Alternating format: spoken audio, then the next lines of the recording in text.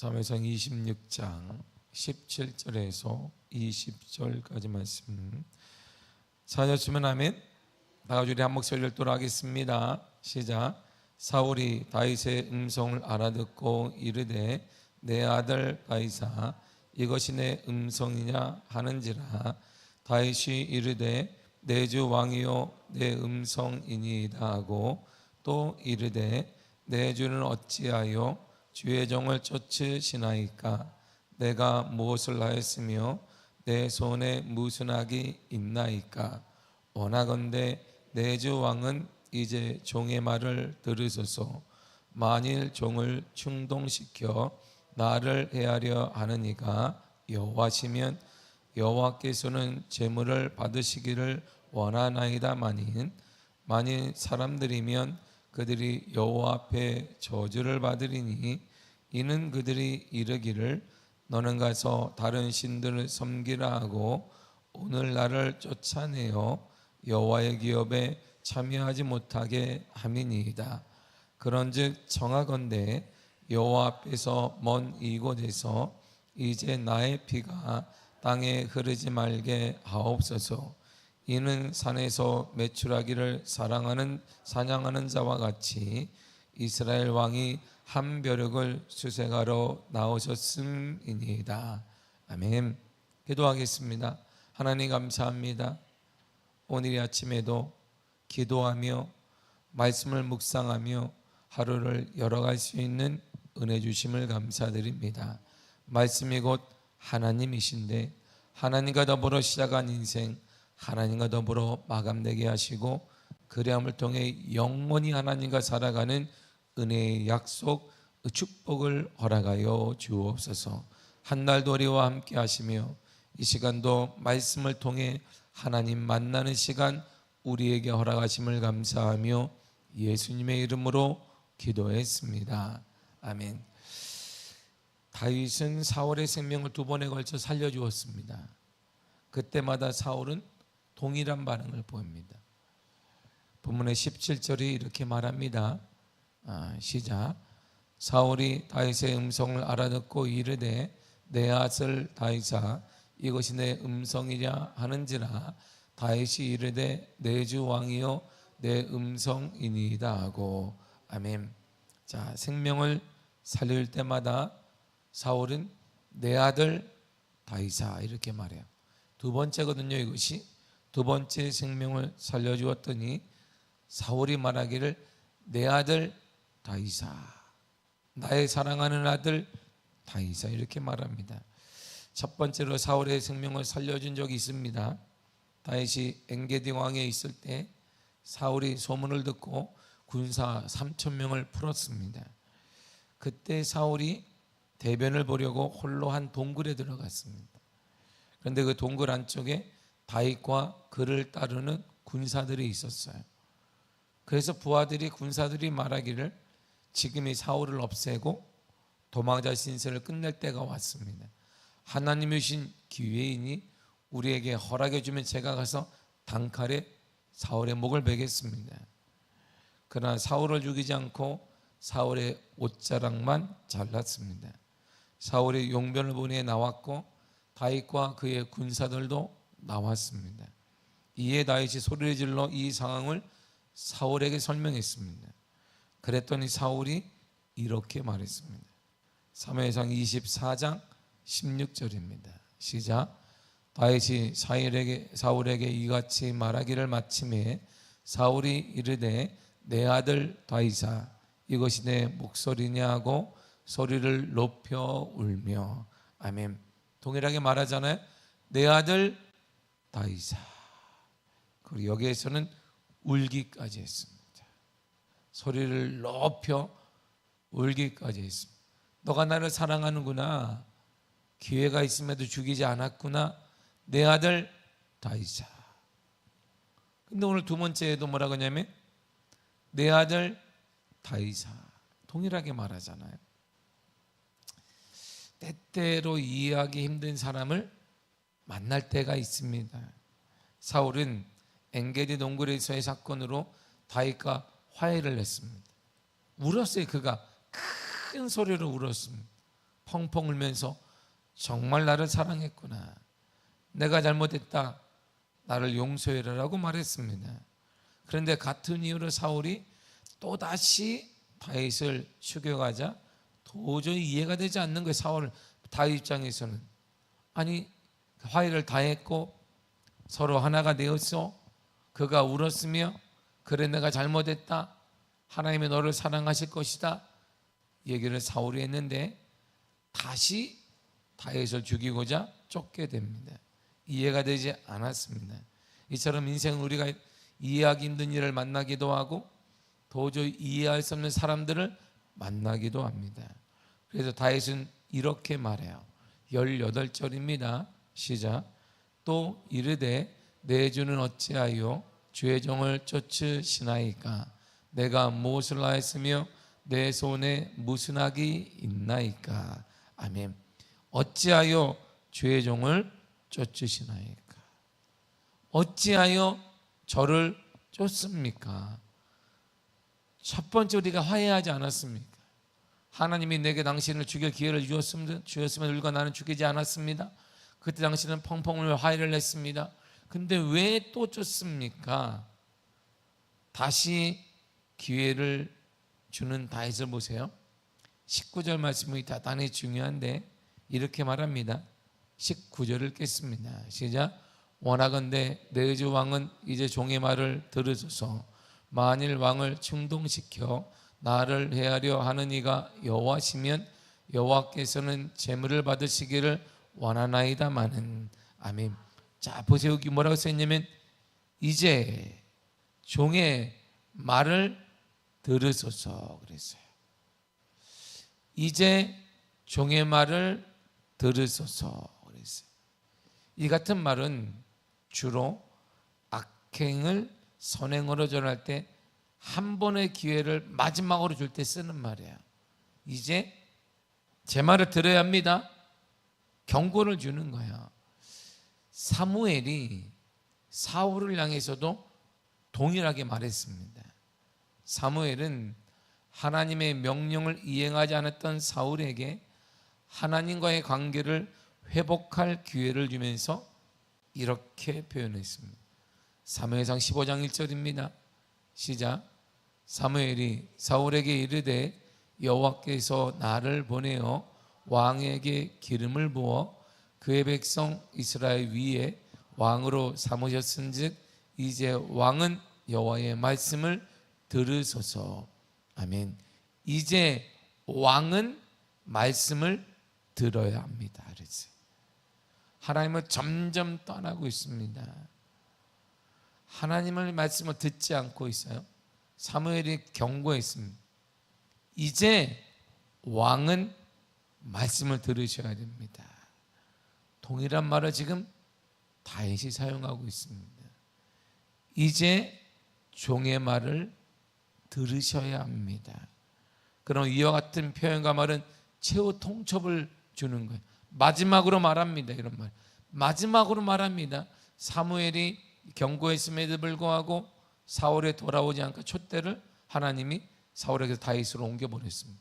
이처럼 다윗도 마지막으로 경고를 하고 있어요.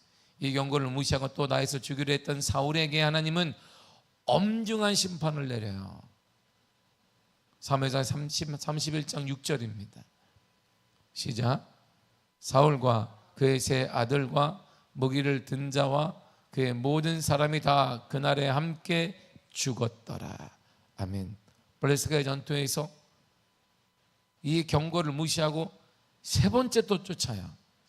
알았다 그래 놓고 세 번째 다시 다윗을 죽이에 쫓으니까 하나님께서 사울과 세 아들과 블레셋과 전투에 참여한 모든 남자가 그날에 함께 죽었다. 이렇게 사울 한 사람 때문에 아들이 죽고 사울 한 사람 때문에 모든 군대가 전멸하는 일이 일어나게 되었습니다. 만일 왕을 충동시켜 나를 해하려 하는 이가 여호와시면 이렇게 말하는데요. 다윗은 하나님께서 악한 자까지도 친히 죽어야 하신다는 사상과 믿음을 가지고 있습니다. 그래서 다윗이 압살롬의 난을 피해서 네 번째 아들 압살롬의 난을 피해서 도망가는 자신을 향해 온갖 모욕적인 말을 했던 시므이를 살려두었어요. 자신을 징계하시기 하나님의 도구로 사용했던 것으로 보았기 때문에 악한 자도 하나님은 사용하신다는, 나쁜 환경도 사용하시고 좋은 환경도 하나님이 사용하신다는 것입니다. 이처럼 내는 철저히 하나님의 주권을 인정하는 거야. 내가 잘 될 때만 하나님이 나를 인도하는 게 아니에요. 때때로는 내 길이 막히기도 하고 안 되기도 하고 내가 이해할 수 있는 사람을 만나기도 하고 이해할 수 있는 환경을 만나기도 할지라도 이 모든 것이 다 하나님의 주권 안에 있더라. 할렐루야. 하나님의 손 안에 있다. 이런 믿음이 있는 거예요. 이런 신앙과 사상이 있는 것입니다. 잘 될 때만 하나님의 역사와 하나님의 은혜를 찬양하는 것도 아닙니다. 자신이 사랑했던 압살롬에 의해서 도망자 신사가 되어 있습니다. 이것도 서러운데 시므이라는 자가 나타나서 다윗을 욕하고 저주했습니다. 그래서 그의 부하들이 저를 죽여야 된다고 했을 때 가만히 두어라 말했습니다. 이 또 하나님이 나를 징벌하는, 하나님이 징계하기 위한 수단으로 보았던 것입니다. 모든 것이 다 하나님의 주권을 인정했던 것입니다. 하나님의 주권은 선할 때만 인정하는 것이 아니라 악에 대해서도 인정하는 것입니다. 하나님의 주권은 내 환경이 좋을 때만 인정하는 것이 아니라 때로는 내가 원치 않는 환경이 되기도 하고 풀리지 않을 때도 있기도 하고 막힐 때도 있는데 그것도 인정하는 것이 하나님의 주권을 인정하는 것입니다. 그러나 중요한 사실은 하나님의 주권의 모든 초점은 바로 우리 자신에게 있다는 거예요. 나를 위해, 나를 향해, 나를 다듬어 가시는 방향으로 하나님은 사용하고 있다는 것입니다. 그래서 잠언 기자는 이렇게 말했습니다. 잠언서 17장 3절입니다. 시작. 도가니는 은을, 불문은 금을 연단하거니와 여호와는 마음을 연단하시느니라. 아멘. 이 모든 환경을 통해 하나님은 우리의 마음을 연단하기를 원하는 것이에요. 도가니가 은을 정결하게 만듭니다. 풀무가 금을 100% 순금으로 만들듯이 우리의 모든 때때로 좋은 것과 때때로 원치 않는 악한 모든 것들이 우리의 마음을 정결하게 만드는 거예요. 하나님만을 바라보게 만드는 것입니다. 마음을 연단한다니까 우리가 담대함을 갖는다 이런 뜻이 아니에요. 나는 서울랜드 가도 무서운 거 봐도 끔찍 안 해 막 이런 거. 이게 담대한 게 아니란 말입니다. 마음을 연단한다는 거. 여러분 귀신의 집 가봤습니까? 서울랜드 안 가보셨나? 귀신의 집 가면 막 이렇게 뭐가 나타나면 어머머머 이렇게 그래서 못 들어가는 사람도 있어. 들어갈 때도 꼭 누구 뒤에를 꼭 잡고 가 이렇게. 왜? 귀신이 잡아갈 때 널 잡아가라. 나는 놔두고 막 이렇게 앞서 간단 말이야. 갑자기 뒤에 근데 막 갔는데 뒤에서 그냥 하면 막 그냥 심하면 오줌도 싸요. 막 놀래가지고 어머 다시는 들어가지 않으리라. 그러더니 내가 몇 번 들어갔더니 담대하다. 연단은 그런 게 아니에요. 연단은 담대하고 말해. 내가 얼마나 담대한 사람인지 알아. 나를 따르라. 내가 귀신을 탁 몰아내리 이런 게 아니에요. 연단은 정결하게 만드는 거예요. 하나님과 교제할 수 있게 정결하게 만드는 거예요. 우리에게 하나님이 때때로 원치 않는 환경을 줄 때에는 우리의 마음속의 불순물을 다 제거하시는 거예요.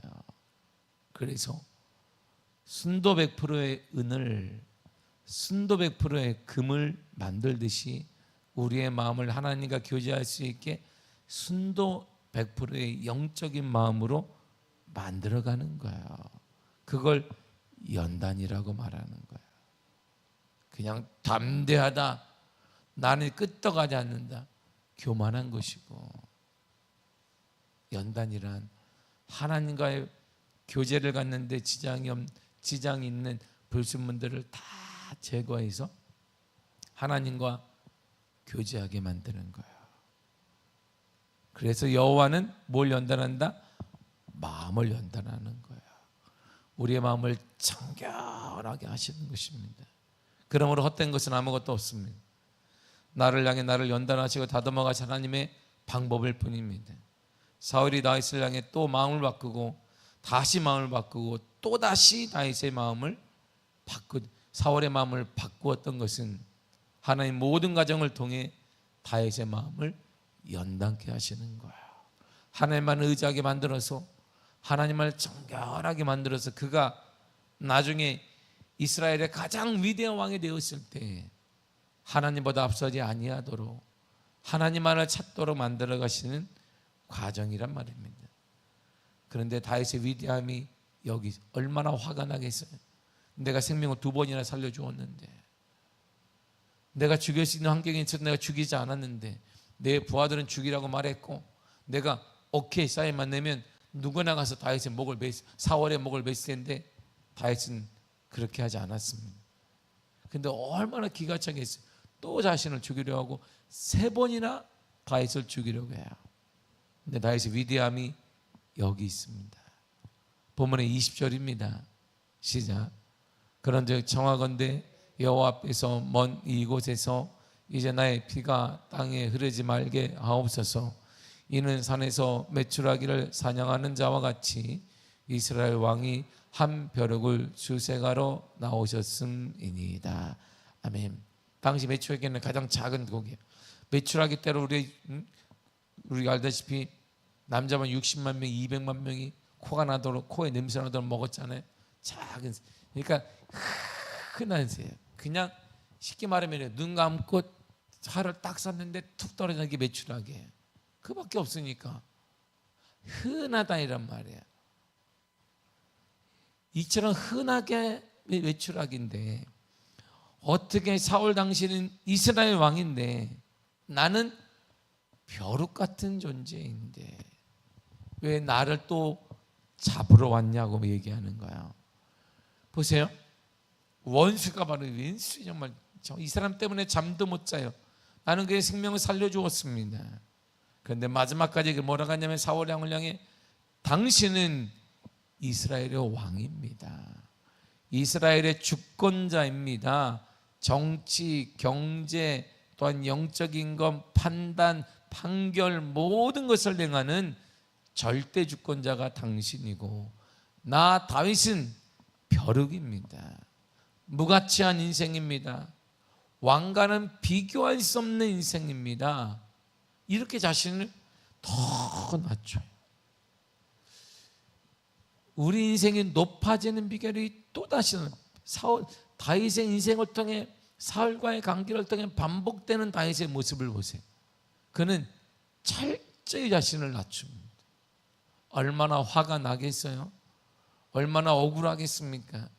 가당치도 않은 그 사울의 행동은 자신이 어떻게 살려주었는데 그럼에도 불구하고 왕의 권위를 인정할 뿐만 아니라 자신을 더 낮춰. 첫 번째는 죽은 개와 같은 인생이라고 말하더니 두 번째 오늘 본문은 벼룩이라고 말합니다. 나는 무가치한 인생인데 나는 당신과는 비교할 수 없는 힘없는 존재인데 왜 나를 쫓고자 하십니까?